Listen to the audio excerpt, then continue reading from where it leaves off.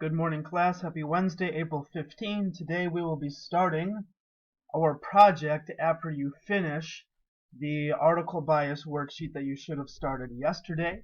Plan for today. First is give you some reminders. Second, finish that article comparison worksheet. That is your homework for today. A couple people already have turned it in. Thank you for that.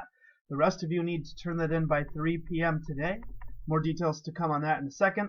And then the last thing is to start your project. This project is not homework for tomorrow. You will have multiple days to work on this, which I'll explain later. First, some reminders. Friday, 3 p.m., all missing late work needs to be turned in. Otherwise, they will go in as zeros. Thank you guys for your survey responses. The vast majority of them had really good ideas that I enjoyed reading.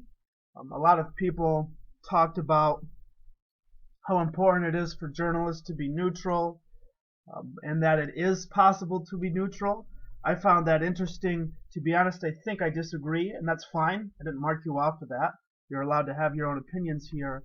But I do think one advantage, just to provide a counterpoint, of having some personal opinion and some analysis, and I would agree that perhaps too much could lead reporting to be unfair, but having some personal opinion, assuming it is presented in a responsible way, I think can help provide some analysis and help take the reader to further thought. If all we do is lay out facts, for example, there are many things that I'm not knowledgeable enough about to make my own personal opinions, analysis, and evaluation on. By having somebody else do that for me, I can then base my analysis off of theirs, whether that's agreeing or disagreeing or some of both.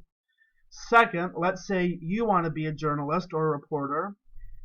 Is it even possible for someone to be a reporter or journalist and a follower of Christ and just be neutral and report the facts as they are?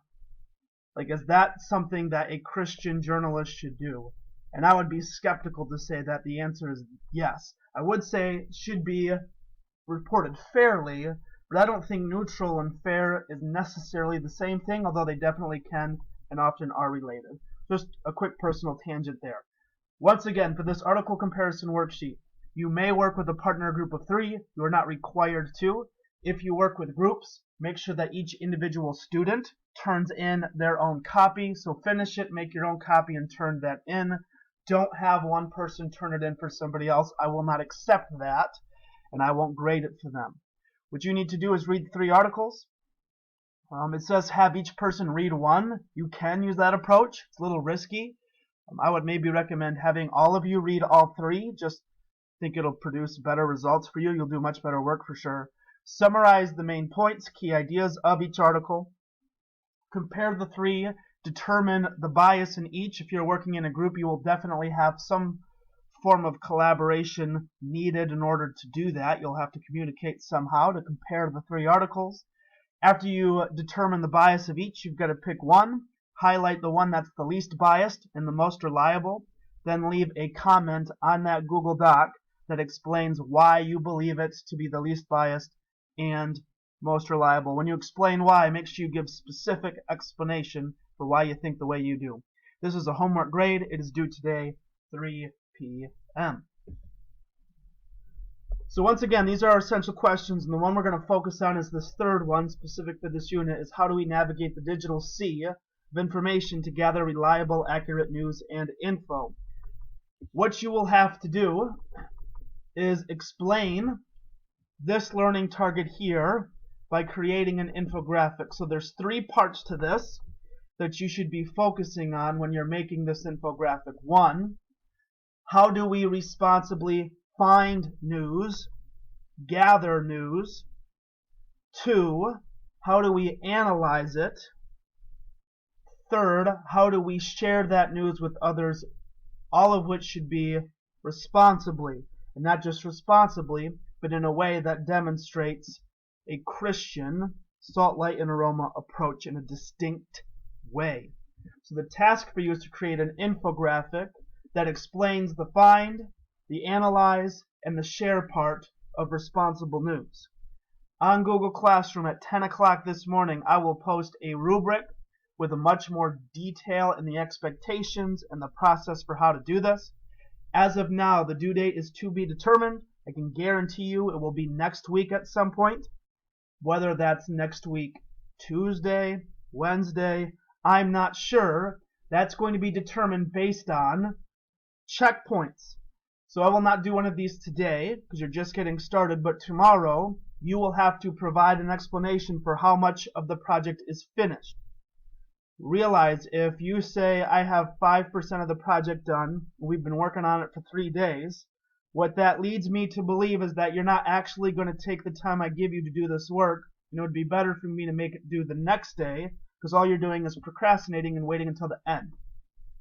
If I see that students are steadily making progress in what I would deem to be like an appropriate way, like it's, I'm not expecting you to finish it in a day or two, but you're making meaningful progress, then I will give you more time to do this.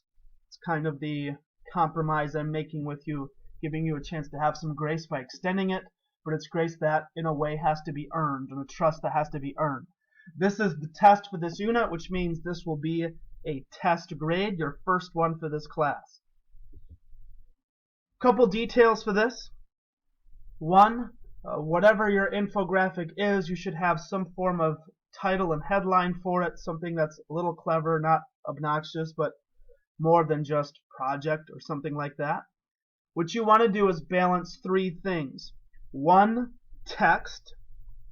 2, images and graphics. And 3, empty space. If the entire thing is filled up all the way, it's going to be too busy. You want to have that balance between text, graphics, and empty space. What that means is you're going to try to provide information in a way that cannot be too text heavy. You've got to find ways to present information visually. Realize I don't want an essay's worth of information on this infographic. That's way too busy. That's not the purpose of making an infographic.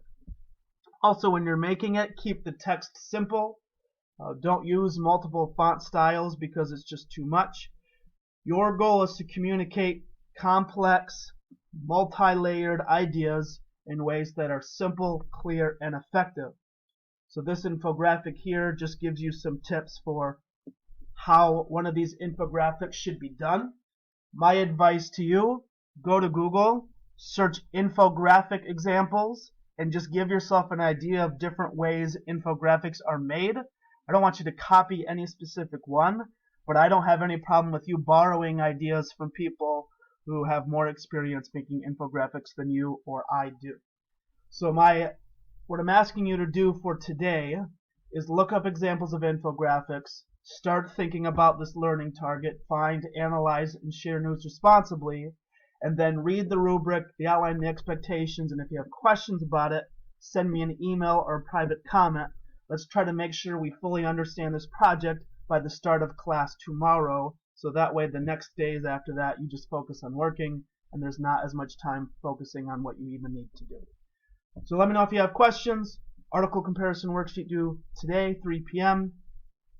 Just give yourself familiarity with this project and I will talk to you more tomorrow.